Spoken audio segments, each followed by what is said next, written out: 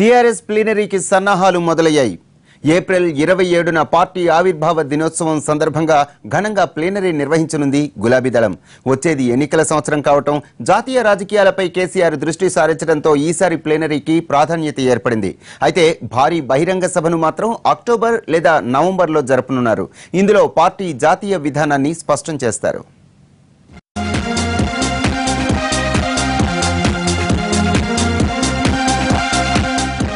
గులాబీ దళం పార్టీ పండుగకు సిద్ధమవుతోంది. ఆవిర్భావ దినోత్సవాన్ని ఘనంగా నిర్వహించేందుకు ఏర్పాట్లు చేస్తోంది. ఈ నెల 27న టీఆర్ఎస్ ప్లీనరీ కొంపల్లిలో జరగనుంది. టీఆర్ఎస్ అధికారంలోకి వచ్చాక ఆవిర్భావ దినోత్సవం సందర్భంగా వరుసగా ప్లీనరీలు నిర్వహిస్తోంది టీఆర్ఎస్. వచ్చేది ఎన్నికల సంవత్సరం కావడంతో మరింత భారీగా ప్లాన్ చేస్తోంది. ఇందులో చేయాల్సిన తీర్మానాల కోసం ప్రత్యేక కమిటీని ఏర్పాటు చేశారు సీఎం కేసీఆర్. కేకే ఈ కమిటీకి నేతృత్వం వహిస్తున్నారు. 4 ఏళ్లలో ప్రభుత్వం తీసుకొచ్చిన పథకాలతో పాటు రాజకీయ అంశాలపై తీర్మానాలు చేయనున్నారు. రిజర్వేషన్ల విషయంలో కేంద్ర విధానంపై కూడా తీర్మానం ఉండే అవకాశాలున్నాయి. రాష్ట్రంలోనే ఈ దేశంలోనే అత్యంత పెద్ద భారీ బహిరంగ సభని ఏర్పాటు చేయబోతున్నాం. అందులోనే దేశం రాజకీయాలు, రాష్ట్ర రాజకీయాలు కూడా ఒక స్పష్టత ఆనాటికి వస్తుంది. ఏ పార్టీలు కొత్తగా వస్తున్నాయి, ఏ పార్టీలు ఎవరితో కలిసిపోతున్నాయి, ఆ నేపథ్యంలో ఒక స్పష్టత వచ్చిన తర్వాత భారతదేశ రాజకీయాల్లో పెను మార్పుకి సూచికగా ఈ అత్యంత భారీ బహిరంగ సభ అనేది ఉంటుంది. ఆ భారీ బహిరంగ సభ ఎన్ని లక్షలు వస్తారని కూడా అంచనాకు మించి అని ఉంటుందని అనుకుంటున్నాం. అనేక మంది వచ్చే ఈ సభ ఒక మానవ సముద్రంలాగా ఉంటుందని చెప్పేసి ఆశిస్తున్నాం.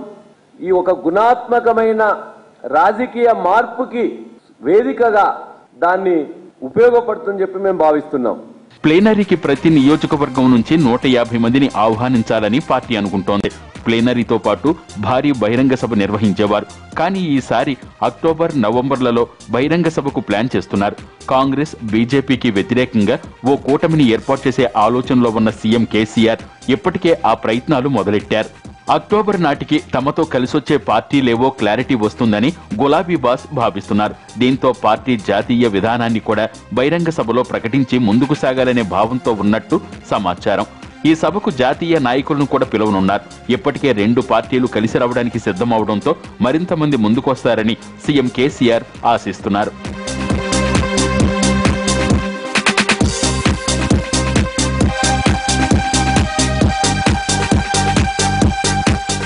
అక్టోబర్, నవంబర్ నాటికి ఎన్నికల వాతావరణం కూడా వస్తుంది కాబట్టి బహిరంగ సభ కూడా వర్కౌట్ అవుతుందనే ఆలోచన చేస్తున్నారు గులాబీ బాస్.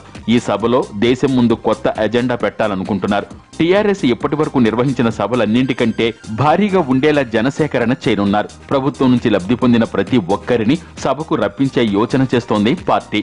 చెప్పిందేంటి, చేసిందేంటి అనేది ప్లీనరీ ద్వారా ప్రజల్లోకి తీసుకువెళ్లేందుకు ప్రయత్నిస్తున్నారు.